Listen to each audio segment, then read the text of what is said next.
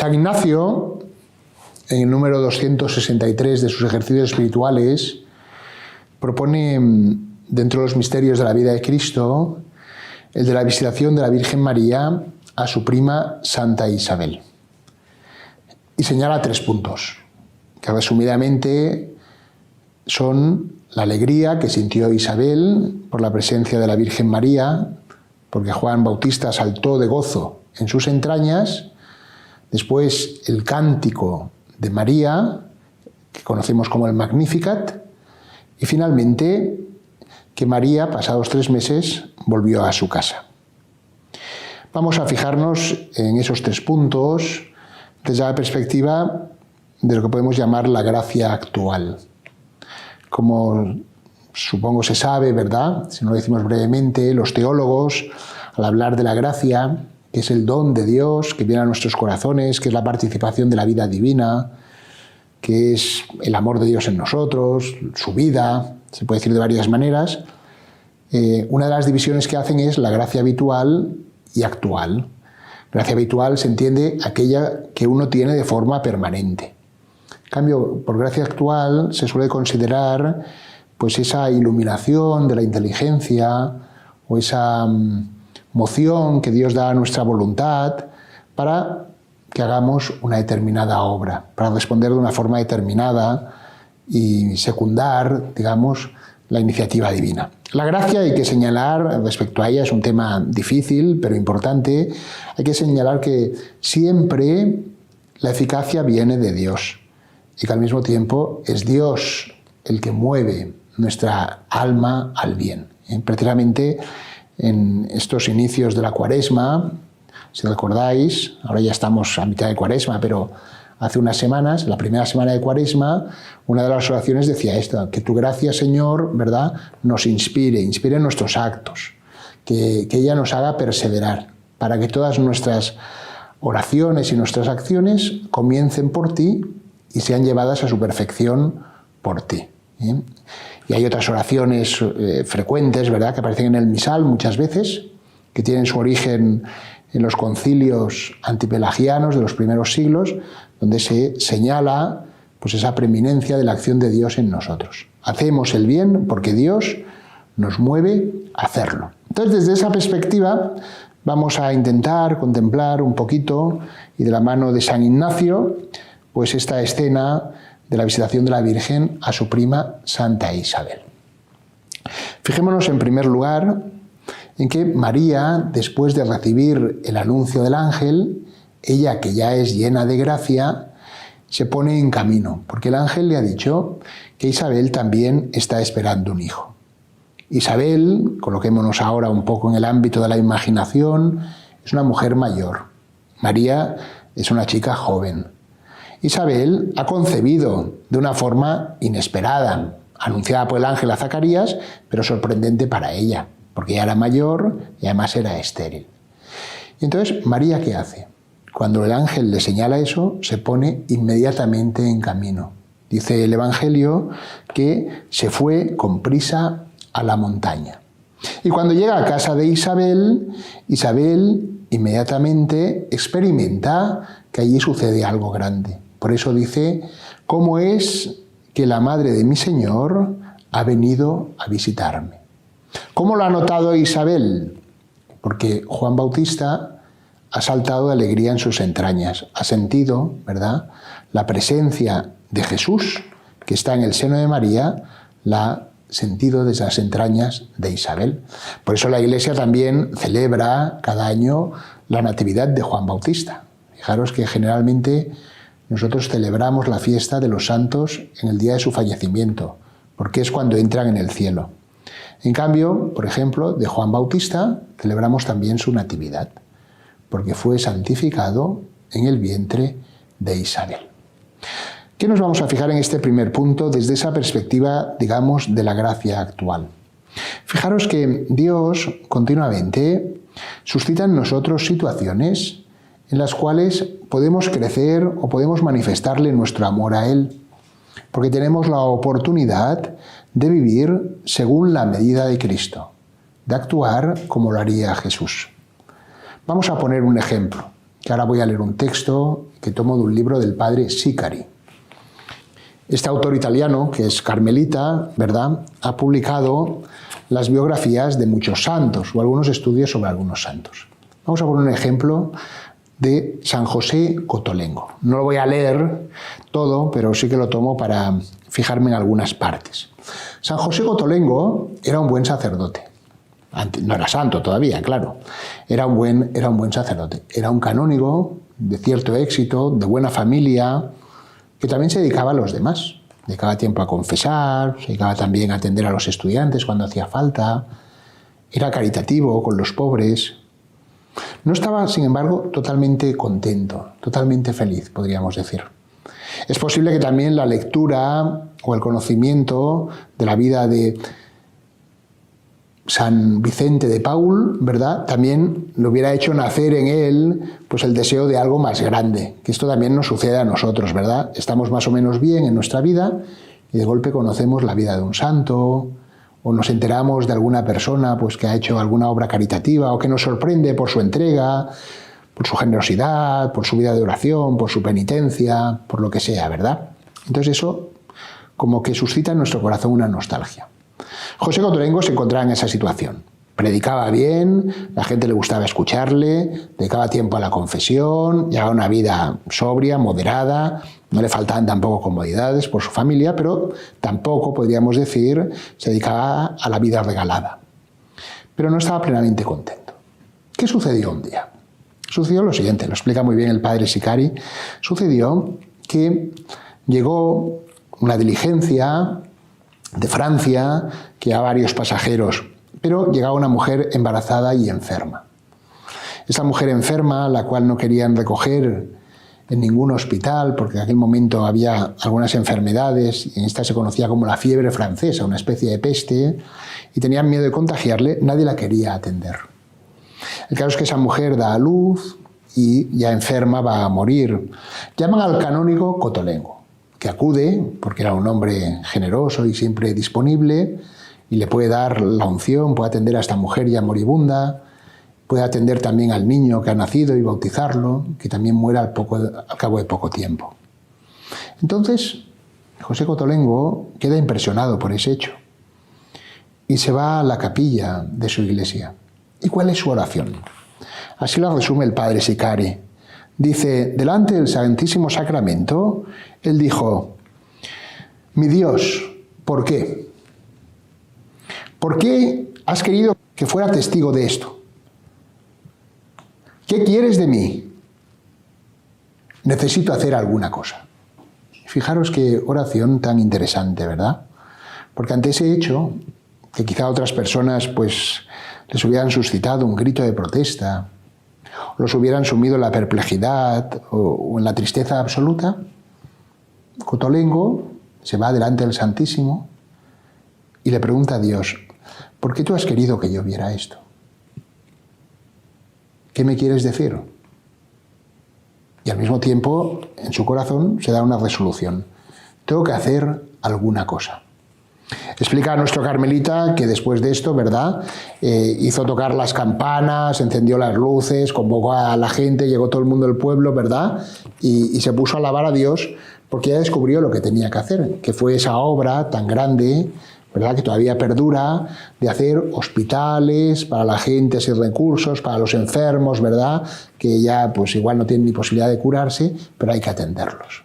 Eso nos coloca en la línea de la visitación, fijaros, y de la gracia actual. La Virgen María recibe la noticia. Isabel, tu prima, a pesar de lo avanzado de su edad, pues va a tener un hijo. ¿Y ella de qué se da cuenta? No recibe solo eso como una información, una curiosidad. Tantas veces, ¿verdad?, en nuestro mundo, y más ahora con las nuevas tecnologías, nos enteramos de todo. Pero se suscita en nuestro corazón la pregunta, ¿cómo debo responder yo a esto? Porque quizá muchas veces, ¿verdad?, ante ciertas noticias, quizá lo que tenga que nacer en nuestro corazón, pues igual es la oración de desagravio, o igual tenga que nacer la compasión por esas personas, o igual se suscite, ¿verdad?, aprender, decir, mira, lo que han hecho esos, yo podría hacer algo parecido en mi casa, en mi parroquia, en mi ambiente. Un poco lo que ha dicho el Papa Francisco, ¿verdad?, para la Cuaresma de este año 2024, donde ha dicho que pues, la acción de los cristianos también puede tener alguna consecuencia. Por ejemplo, él decía en el barrio, pero eso lo podríamos extender a todo, ¿verdad? A mi casa, con mis amigos, mi trabajo, donde sea. El primer punto pues sería eso. La gracia nos mueve a descubrir circunstancias en las cuales nosotros, con la ayuda de Dios, podemos también allí continuar o manifestar la presencia de Cristo y dar testimonio de su amor. Y eso lleva a que se produzca un efecto análogo, no el mismo, ¿verdad?, al que sucedió en casa de Isabel. El niño ha saltado de alegría.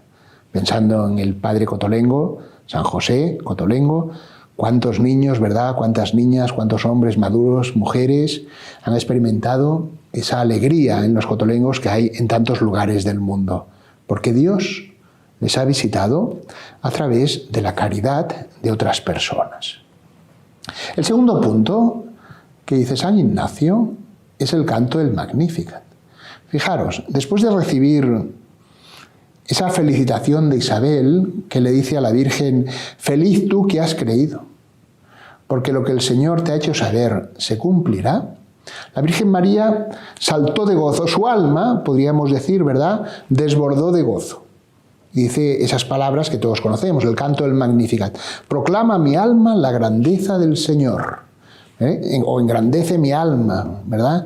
Mi alma se hace grande, porque el alma del hombre crece, se dilata, se expansiona conforme canta la alabanza de Dios. El reconocimiento de que el bien que sucede en ella y por ella viene todo de Dios. María es llena de gracia, pero eso no le impide continuamente, ¿verdad?, responder a esa gracia, avanzar en la gracia, siempre llena de gracia y siempre desbordante, y siempre creciendo, y siempre en la sobreabundancia. No sabemos cómo expresar ese misterio tan grande de María, que no deja de responder continuamente a los dones de Dios y de verse, ¿verdad?, inundada, rodeada por esa gracia a la que responde con toda su libertad y de una forma absolutamente, ¿verdad?, sin guardar nada para sí misma. Proclama mi alma la grandeza del Señor. Este es el segundo punto que podemos meditar. Me gustaría recordar aquí otro testimonio también de la historia, porque esos ejemplos, ¿verdad?, nos ayudan siempre a darnos cuenta de que la acción de Dios no es algo del pasado, sino que sigue sucediendo en nuestra vida. En este caso voy a hablar de memoria. Además es una memoria un poco, pues ya quizá distorsionada, porque han pasado muchos años desde que leí la anécdota. Y es del rey Balduino de Bélgica, o de los belgas, que dicen ellos, rey de los belgas. Explica, creo que está en su diario, ya os digo que hablo un poco de memoria, está en su diario, que en cierta ocasión que hubo unas graves inundaciones en su país, él salió y estuvo pues visitando a los damnificados, estuvo mirando también pues los daños que habían causado las lluvias, acercándose a su pueblo. Lo que tiene que hacer, ¿verdad?, un gobernante, un verdadero gobernante, estar con los suyos, ayudarles, o al menos interesarse por ellos. Y después, por la noche, anotó en su diario algo así, ya os digo que cito bastante de memoria. Te doy gracias, Señor, porque hoy he podido ayudar a una persona, y se ve que le había dado su gabardina, la había dejado, se había encontrado alguien allí, ¿verdad?, que quizá lo había perdido todo en ese momento por la lluvia, que estaría calado, pasando frío, y él le dio su gabardina. Entonces dice, te doy gracias porque he hecho eso. Fijaros, este es el segundo punto de la gracia. Cuando obramos por la gracia, somos movidos por Dios, entonces también nos damos cuenta que es Dios el que nos ha llevado a hacer el bien. Y por lo tanto, damos gracias a Dios por esa obra buena. Muchas veces nos es fácil reconocer cuando recibimos un favor, enseguida nos damos cuenta, porque es algo que ha venido de fuera. Necesitábamos un trabajo y te lo ofrecen. Entonces dices, eso ha venido de fuera, no he creado yo el puesto de trabajo, me lo han dado. Estaba enfermo y me han curado. Un médico, ¿verdad?, ha acertado en mi enfermedad y me ha dado el tratamiento que necesitaba. Ha venido como de fuera, reconocemos. Pero cuando es una buena obra, he ayudado a alguien, he escuchado a otra persona, he visitado a un enfermo, he dado limosna, he rezado. Como es una acción realizada por nosotros mismos, a veces nos pasa desapercibido que es Dios el que nos ha movido a hacer el bien. Recordemos aquellas palabras de Jesús a sus discípulos, que San Juan coloca en el contexto de la última cena. Sin mí no podéis hacer nada, ¿verdad? Y que van precedidas de aquellas otras, en las cuales Jesús dice, no me habéis elegido vosotros a mí, sino que os he elegido yo a vosotros. Yo os he enviado para que deis fruto y vuestro fruto perdure. El canto del Magnificat nos coloca en esa senda del agradecimiento. Hemos realizado la buena obra, ¿verdad? Algo bueno, movidos por la gracia. La Virgen María continuamente eleva, podríamos decir, su canto a Dios. Eso es el Magnificat.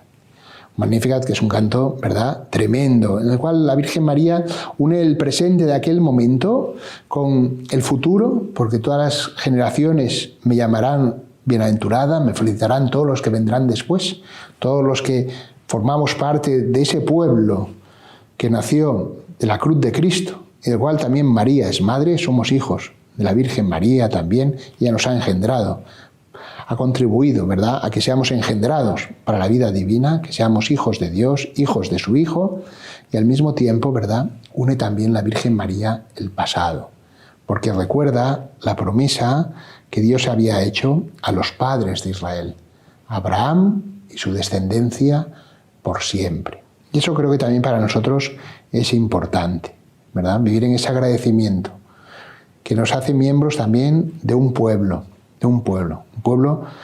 que es el pueblo de la Iglesia.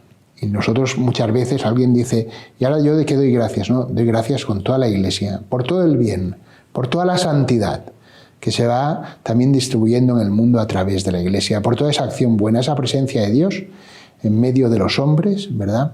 Esa salvación que sigue llegando de Jesús a la gente. Y el tercer punto, ya el último, ¿verdad?, es este que dice San Ignacio, de que María después se volvió a su casa, ¿verdad? Después de 3 meses,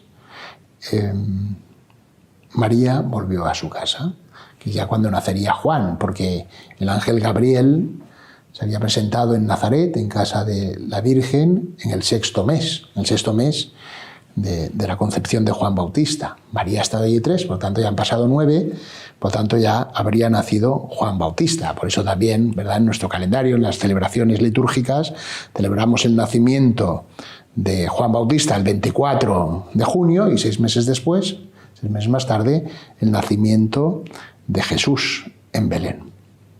Entonces María ya se va, no se queda allí para siempre. Creo que esto también es importante. Vamos a meditarlo desde una experiencia que le sucedió al mismo San Ignacio de Loyola y que voy a leer directamente. Que dice así.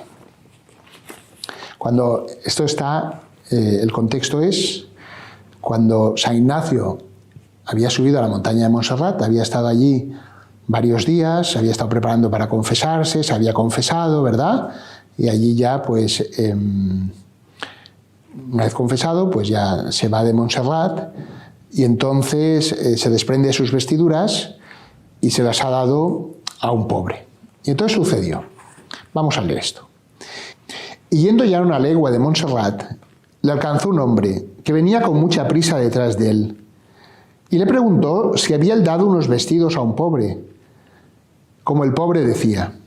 Y respondiendo que sí, le saltaron las lágrimas de los ojos de compasión por el pobre, a quien había dado los vestidos de compasión, porque comprendió que lo vejaban pensando que los había robado.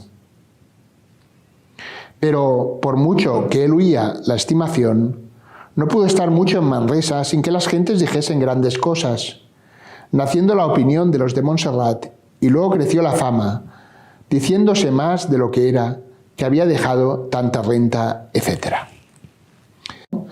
Este texto nos hace pensar en lo que después, hablando de San Ignacio, se ha llamado, y él llama, la caridad discreta, o que la caridad no ha de ser indiscreta. Y cuando dice discreta o indiscreta, se refiere a que hay que hacerla también utilizando la razón, midiendo lo que uno hace. porque pueden haber varios excesos, ¿verdad? Y también ahí hay que pedir la luz de Dios. El caso que pone San Ignacio es que aquel pobre que se ha encontrado con unos vestidos lujosísimos y que se los han dado y que podría estar muy contento, sin embargo, los demás que han interpretado, los que le ven, dicen, este hombre, ¿qué hace con estos vestidos? Los habrá robado. Entonces, a veces, ¿verdad?, haces un bien que puede reportar un mal a otras personas sin darte cuenta. En el caso que nos interesa, ¿verdad?, porque eso, pues cada uno ha de pedir también la luz al Espíritu Santo para acertar, el texto nos dice que María estuvo 3 meses. Consideró que ya no tenía que quedarse más. Uno podría decir, oye, ¿por qué se va? ¿Por qué no se va? Bueno, es la luz que Dios da a cada uno, ¿verdad?, para hacer el bien y que siempre continuamente hay que pedir hasta cuándo tengo que estar en un sitio. Porque si no también puede suceder, lo digo ahora ya como un defecto que se puede dar a veces en nosotros, que hacemos un bien en un lugar, pero luego ya no somos necesarios y queremos seguir allí, por lo que sea, ¿verdad? Porque nos gloriamos en esa acción, porque nos encontramos a gusto, porque nos lo reconocen. Eso que también hemos leído en el texto le dolía a San Ignacio, que la gente, pues que hablaba muy bien de él, y él hubiera preferido que nos hablara tan bien de él, ¿verdad? En ese momento, no que hablaran mal, sino que tampoco se hicieran una idea exagerada de su persona, porque él, como todos los santos, sobre todo lo que desean es que se dé gloria a Dios y tienen conciencia de su pequeñez y de la acción de Dios en ello.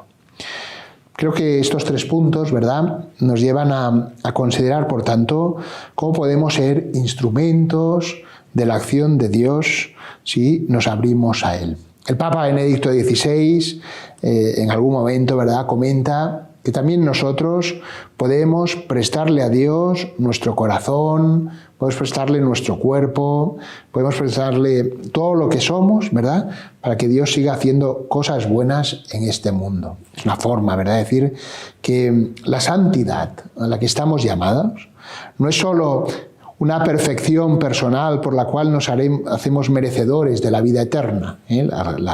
Ciertamente la respuesta a la gracia nos hace, ¿verdad?, que podamos merecer el cielo, porque Jesús así lo ha dispuesto.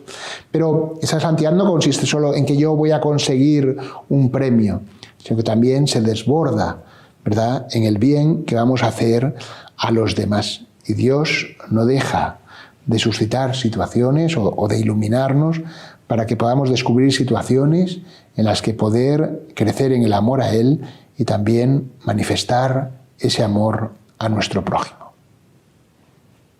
Pues que Dios, queridos hermanos, nos guíe y nos ilumine a todos.